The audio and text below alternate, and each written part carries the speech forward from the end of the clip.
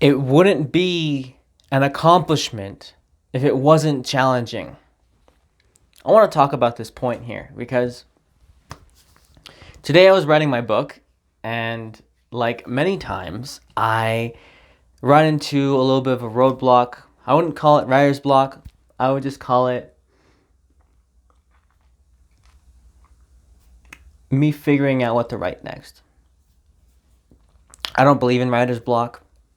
I just think you just need to spend more time on something until you burst through and find a solution. But let's talk about, this experience I have with writing a book, right? For me, like, to write this book, it is to solve my own personal problem with life. And when I complete this book, it will be the capstone of my accomplishment with completely solving this problem that I had for me. And one thing I'm finding is that the more I struggle and the more it's difficult to put into words exactly what I want to say, that is what's going to make it all the more worthwhile when I finally complete it. That's what's going to make it even more beautiful when I finally complete it. When you think about visions with your life,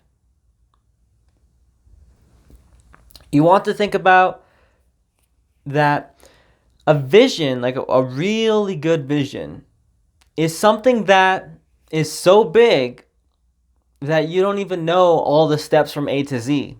Because if you already did, then it would kind of be boring, and you wouldn't really be able to be iconoclastic in that way either. Because if you already knew all the steps, if it was paint by numbers or cookie cutter, then someone else probably already has done it as well. And then as a result, it's probably no longer as valuable.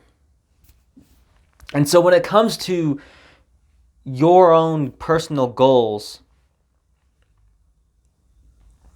the goals that should inspire you are the ones that you don't even know how you're going to complete yet.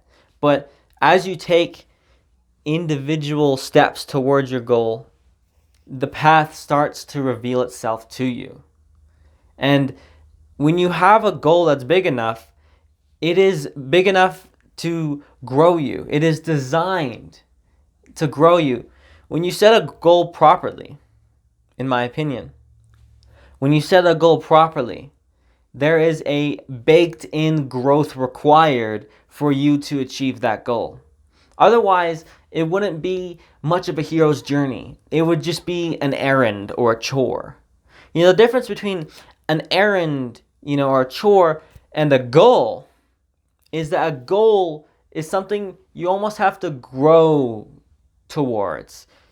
For example, even if you want to read like 27 pages a day so you can read, or so you can read 4 books a month or whatever.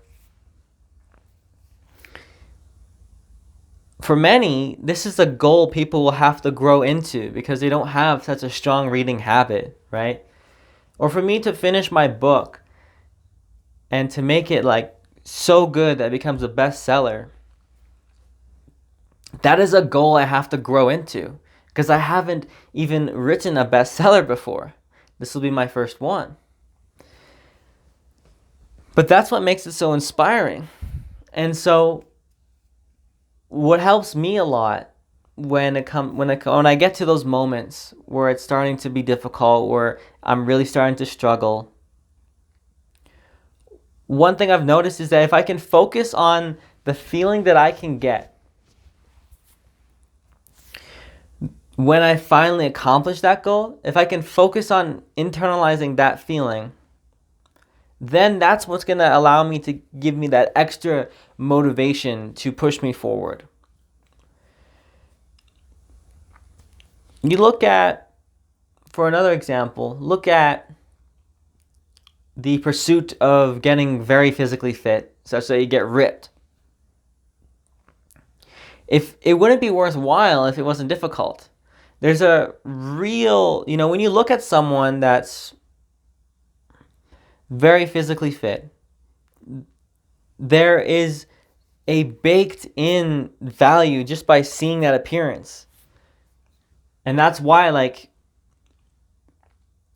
when someone's very fit, it's very beautiful because there's so much hard work put into it. The most beautiful things in life are the things that you put a massive amount of effort into.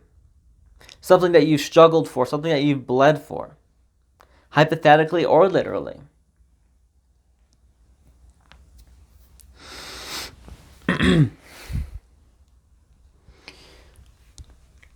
So next time you are struggling to do your next task, because on focusing on your pursuit with your goals, your life purpose, and your vision, just remind yourself that it wouldn't be worthwhile if it wasn't challenging. And that look forward to the challenge. Be like a person in the Hunger Games where you say, I volunteer as tribute.